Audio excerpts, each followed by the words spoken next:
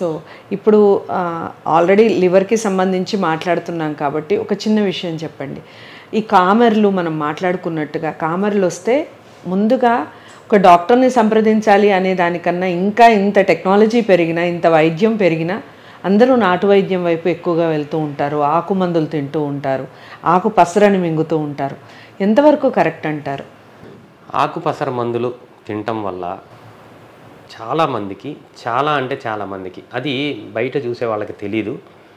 మేము స్పెసిఫిక్గా liver damage, kidney damage, bone marrow damage అయిన తర్వాత మేము చూస్తాం కాబట్టి వీళ్ళకి బ్యాక్కి వెళ్తే వారం 10 రోజుల క్రితం జ్వరం వచ్చి కళ్ళు పచ్చగా అయితే ఆకుపసర మందు తీసుకున్నామని చెప్పి వచ్చిన వాళ్ళు చాలామంది ఉంటారు.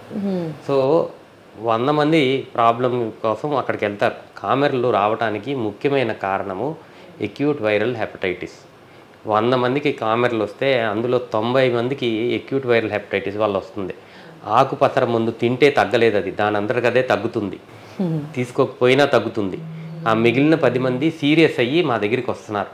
ఆ 10 మందికి 100 రకాల కారణాల వల్ల జాండీస్ వచ్చే అవకాశం ఉంటుంది. బైల్ డక్ట్ లోపల క్యాన్సర్ ఉంటే కామెర్లు వచ్చే అవకాశం, బైల్ డక్ట్ లోపల రాయి ఉంటే కామెర్లు వచ్చే అవకాశం ఉంటుంది. ఓకే, మన లివర్ లోపల ఏదన్నా మందులు తీసుకుంటాం వల్ల డ్యామేజ్ అయితే కామెర్లు వచ్చే అవకాశం ఉంటుంది. ఇన్ని రకాల కారణాలకి ఒకే ఒక మందుతో ఎలా ట్రీట్మెంట్ అవుతుంది నాకు అర్థం కావట్లేదు. కామెర్లు జబ్బు, కామెర్లు అనేది ఒక సిమ్టమ్. మనకి జ్వరము రావడానికి మలేరియా అవ్వచ్చు, డెంగ్యూ అవ్వచ్చు, ఇలా 100 రకాల కారణాలు ఉంటాయి. జ్వరం వస్తే క్రోసిన్ వేసుకుంటాం ఫస్ట్, కానీ ఏ కారణం చేత వచ్చింది అని దాన్ని ట్రీట్ చేసుకోవాలి. మలేరియా వస్తే క్రోసిన్ వేసుకుంటే తగ్గిపోదు కదండి, మలేరియా ట్రీట్మెంట్. అలాగా కామెర్లు అనేవి ఒక సిమ్టమ్, జ్వరము లాగా. దానికి రకరకాల కారణాలు ఉంటాయి, ఆ కారణాన్ని పట్టుకుని ట్రీట్ చేయాలి. సో ప్రతిదానికి ఇంకా ఈ రోజుల్లో కూడా 2025లో వెళ్ళి ఎవరన్నా ఆకుపసర మందులు కళ్ళల్లోనూ నోట్లోనూ వేసుకుంటుంటే వాళ్ళ లైఫ్ డేంజర్లో ఉంది అని అర్థం చేసుకోవాలి.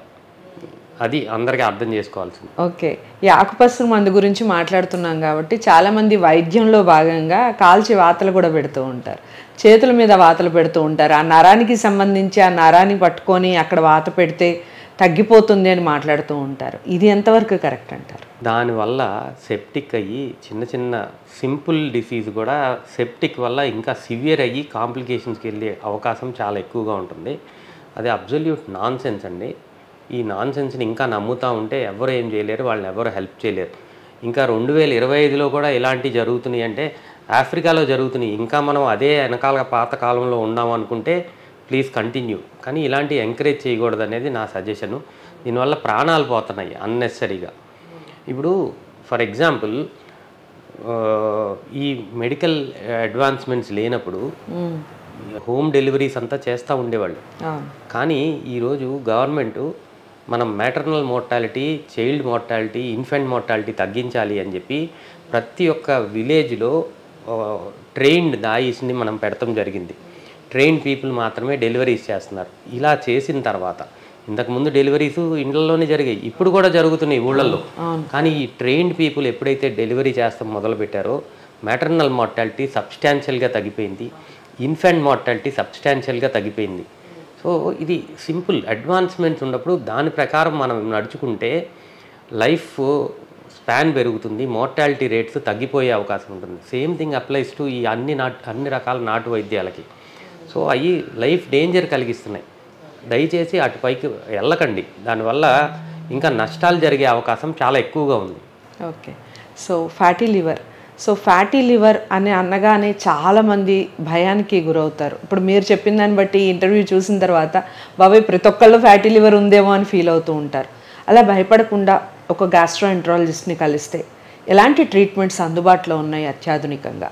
ఫస్ట్ అండ్ ఫార్మోస్ట్ థింగ్ ఏంటంటేనండి, ఫ్యాటీ లివర్ డిసీజ్ గురించి మనకి ఏం సిమ్టమ్స్ ఉండి తెలుసుకోం. మోస్ట్ ఆఫ్ ద టైం ఏదో కారణం చేత మనం పొట్టకి స్కానింగ్, అల్ట్రాసౌండ్ స్కాను, లేకపోతే రొటీన్ హెల్త్ చెక్ కోసం ultrasound scan, some gynaecological problem కోసం వెళ్ళినప్పుడు అల్ట్రాసౌండ్ స్కాను, దీంట్లో మనకి ఫ్యాటీ లివర్ అని తెలుస్తుంది జరుగుతుంది. So first and foremost thing ఏంటంటే ఈ ఫ్యాటీ లివర్ డిసీజు పర్వాలేదులే అందరికీ ఉంది అని మాత్రం అనుకోకండి. ఫ్యాటీ లివర్ డిసీజు 100 మందికి ఫ్యాటీ లివర్ డిసీజ్ ఉంటే 20 నుంచి 30% మంది at some point of time ఆ లివర్ డిసీజ్ ప్రోగ్రెస్ అయ్యి వాళ్ళు లివర్ డ్యామేజ్ అయ్యే అవకాశం చాలా ఎక్కువగా ఉంటుంది. ఈ లివర్ డ్యామేజ్ ఏ స్టేజ్కి వెళ్తుంది అంటే లివర్ సిరోసిస్ వరకు, లివర్ క్యాన్సర్ వరకు వెళ్ళే అవకాశం ఉంటుంది. సో ఆ 20-30% మనం ఉండకూడదు అనేది మన ఉద్దేశం. సో అలా ఉండకుండా ఉండాలి అంటే ఫస్ట్ అండ్ ఫార్మోస్ట్ థింగ్, ఇమీడియట్గా ఫ్యాటీ లివర్ ఉందని తెలిసినప్పుడు రిస్క్ ఫ్యాక్టర్స్ ఏంటి అనేది అసెస్మెంట్ చేసుకోవాలి. ఈ లివర్ ఫంక్షన్ టెస్ట్ అని ఒక బ్లడ్ టెస్ట్ ఉంటుంది. అందులో SGOT, SGPT అనేది పెరిగి ఉంటే ఇమీడియట్గా మనం మెడికేషన్స్, లైఫ్ స్టైల్ మాడిఫికేషన్ స్ట్రిక్ట్గా చేసుకుంటే రివర్స్ అయ్యే అవకాశం చాలా ఎక్కువగా ఉంటుంది. ఫ్యాటీ లివర్ డిసీజ్ అల్ట్రాసౌండ్లో గ్రేడింగ్స్ చేస్తారు 1, 2, 3, 4 అని. ఆ గ్రేడింగ్స్ వల్ల సివియారిటీ మీకు తెలియదండి. లివర్ ఫంక్షన్ టెస్ట్ అనేది కంపల్సరీ చేసుకోవాలి, నెంబర్ 1. రెండోది, లివర్ ఫంక్షన్ టెస్ట్తో పాటు ఈ మధ్య కాలంలో మనకి ఫైబ్రో స్కాన్ అని ఒక రకమైన స్పెషల్ లివర్ స్కాన్ వచ్చింది. ఈ ఫైబ్రో స్కాన్ చేసుకుంటే క్వాంటిఫికేషన్ ఎంత అమౌంట్ ఆఫ్ ఫ్యాట్ ఉంది, ఈ ఫ్యాట్ వల్ల లివర్కి ఏదైనా డ్యామేజ్ జరుగుతుందా అని తెలుసుకునే స్టిఫ్నెస్ పారామీటర్ KPA అంటారు. ఈ రెండు ఆ ఫైబ్రో స్కాన్లో మనకు తెలుస్తాయి.